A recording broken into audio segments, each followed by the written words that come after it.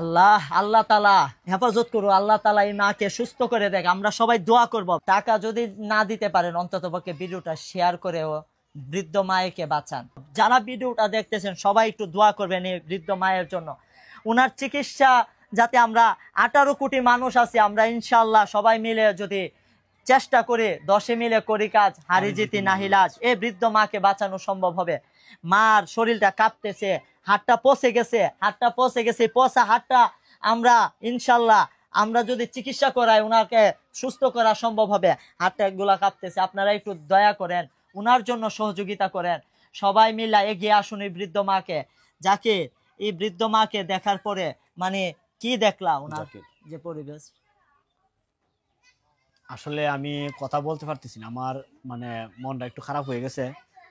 ওনাকে যদি আমরা চিকিৎসা না করি দ্রুত, তাইলে আপনার আল্লাহর কাছে জবাব দিয়ে করতে হবে।